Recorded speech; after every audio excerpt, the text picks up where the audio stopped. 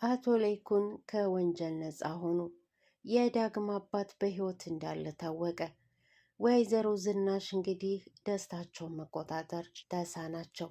የዳግምን አባት ህይወት አጥፍተናል በማለት ራሳቸውን ሲቀጡ የነበሩ አቶ ለይኩን ዛሬ የደስታቸው ቀን ነው። ሰላም ውድና የተከበራችሁ ቤተሰብ፣ ለዚህ ቤት አዲስ ከሆናችሁ ሰብስክራይብ፣ ሼር በማድረግ ቤተሰብ ይሁኑ። እንግዲህ የዳግም አባትን ገድያለሁ በማለት ራሳቸውን ለብዙ ወራቶች ቤት ዘግተው ራሳቸውን መጠጥ ጋር ተደብቀው ብዙ ወራቶችን ያስቆጠሩ አቶ ለይኩን ዛሬ እንግዲህ የደስታ ቀናቸው ነው። በጎን ደስታ ቢሆንም በጎን ግን የልጃቸው ህመም እጅግ በጣም ቅስማቸውን ሰባብሯቸዋል። እንግዲህ የዲኤን ምርመራው ወይዘሮ ዝናሽ የዳግምንና የአቶ ለይኩንን ናሙና ሰጥተው የዲኤንኤ ምርመራ ተደርጎ ነበረ። አቶ ለይኩን የዲኤን ምርመራ ውጤት የዳግም አባት እንዳልሆነ ደርሷቸዋል ማለት ነው። ወይዘሮ ዝናሽ ደግሞ በህይወቴ ከዳግም አባትና ከአቶ ለይኩን ውጭ የማንም ወንድ ገላዬን ነክቶት አያውቅም።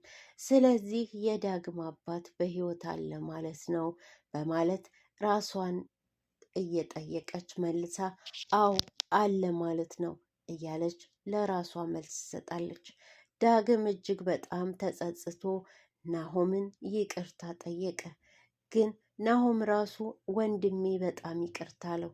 እኔን አንተ ሳትሆን እኔ ነኝ ይቅርታ መጠየቅ ያለብኝ፣ አንተ እኮ ምንም አላደረክም አለው። ቢሆንም ለተደረገው ነገር ሁሉ ይቅርታ ማድረግ አለብህ። ያ ነገር መፈጸም የለበትም ነበረ። ራሴን ከራሴ አልነበርኩም። ስለዚህ ጸጽቶኛልና ከዚህ ቤት መውጣት አለብኝ አለው። ምን ሆነ ዳግም? ስነ ስርዓት ያዝ። ምንድን ነው የምትለው? በእርግጥ ኑሃሚ እጅግ በጣም ከፍቷታል። መደረግ የለበትም ነበረ፣ ግን ደግሞ ሆነ። ለሆነ ነገር ደግሞ ከስህተት መታረም እንጂ መጸጸት ዋጋ የለውም አለው። ስለዚህ ከዚህ ከቤት ከየትም አትሄድም።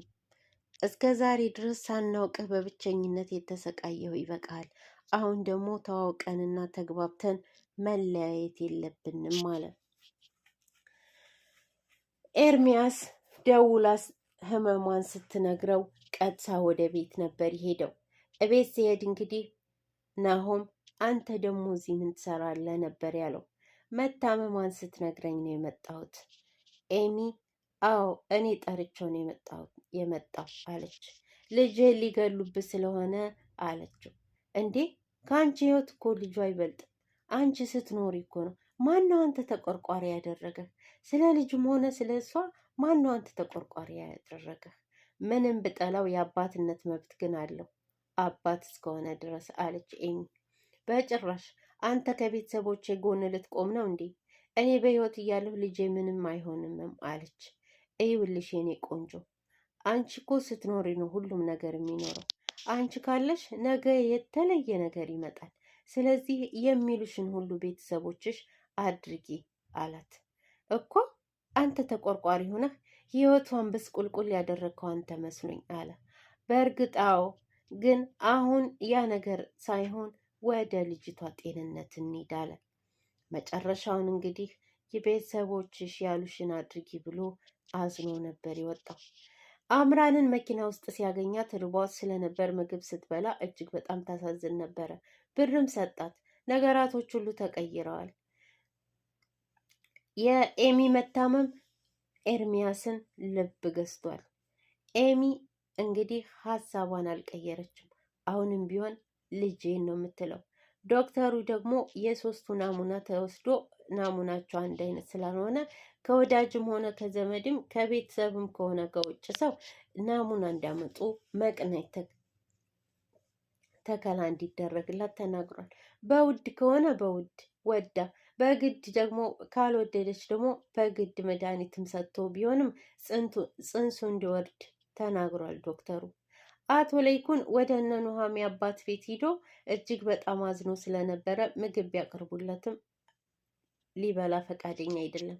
የሄደው ናሙና የእነሱ ጋር ይመሳሰል እንዲሆን ሊጠይቅ ነበረ፣ ግን ለመናገር ፈራ። ወደዛ ሲል ወደዚህ ስል መጨረሻውን ተናገረና የሶስታችንም ተወስዶ ነበረ። ግን ደግሞ ከሶስታችንም የአንድኛችን እንኳ ተመሳሳይ ሊሆን አልቻለም። የኑሃሜም የኔም የአራታቸውም ማለት ነው። ከዛ በኋላ እንግዲህ ሁሉም ገነትን ብትሆን የኑሃሜም አባት ቢሆን ሁለቱም ይሄ እኮ ለአንተ በጣም ትንሽ ነገር ነው። ስለዚህ እኔ ተተመሳሰለ ፈቃደኛ ነኝ፣ ምንም ይሁን ምንም አለች ወይዘሮ ገነት። በእውነት በጣም አመሰግናለሁኝ።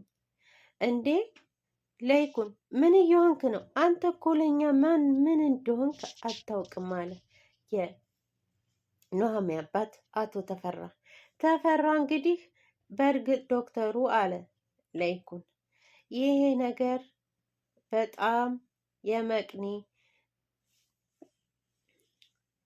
ነገር ስለሆነ አለ እያዘነ አንዳንዱን ነገር እየነቀሉ ስለሆነ የሚሰጡት ህመምና በጣም የተለየ ስሜት እንዳለው ነግሮኛል። በጣም ህመም እንዳለው ደጋግሞ ነግሮኛል አለ ዶክተሩ።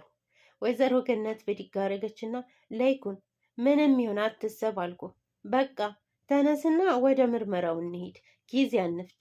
ልጅቷ ትዳን እንጂ ምንም ይሁን ምንም ከተመሳሰለልህ ትወስዳለህ፣ አብሽር አለው። በጣም ደስ አለው። አባት አይደለ አቶ ለይኩን በጣም ደስ አላቸው።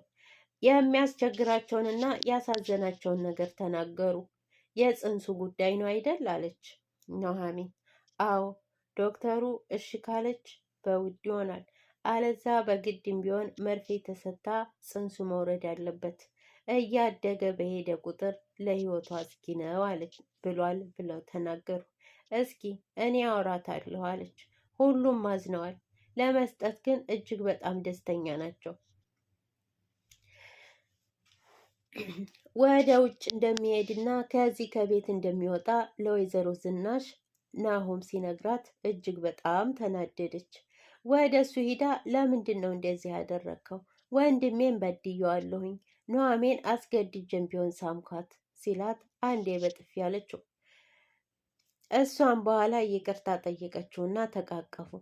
ችግር የለውም እማዬ፣ ብትርሽም እኮ ይናፍቀኛል፣ ቁጣሽም ይናፍቀኛል በማለት ይቅርታ ተጠያየቁ።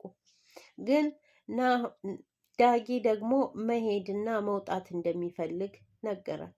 አምራንና ናሆም ተገናኝተው እጅግ በጣም ነበር የሰደባት። የአስተዳደጓንም የነገረችውን እያነሳ ነበረ ሲያበሻቅጣት የነበረው። እሷም ማለችው እኒህን ሁሉ የተናገርከውን አንድ ማንድ አስቆጥረሃለሁኝ፣ እባክህ ቁስሌን አትነካካብኝ ብትለውም አሁንም ቢሆን አልለቅሽም ይህን ያደረግሽ ጊዜ እያለ ብዙ ነገር ተናገራት። አምራን አሁንም ሴራዋን አልተወችም።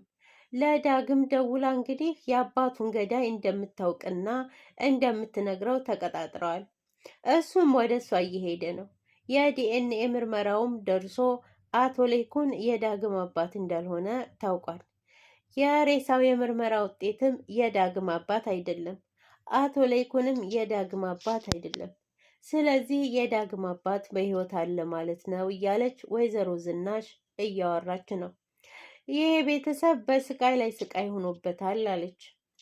ቢሆንም ግን አሁን ደግሞ አንዱ ስቃይ ሊቃለል ይመስላል እያለች እያወራች ነው። የዳግም አባት ካለ የሁለቱም ውጤት እንግዲህ የዳግም አባት ካልሆነ የዳግም አባት በሕይወት አለ ማለት ነው።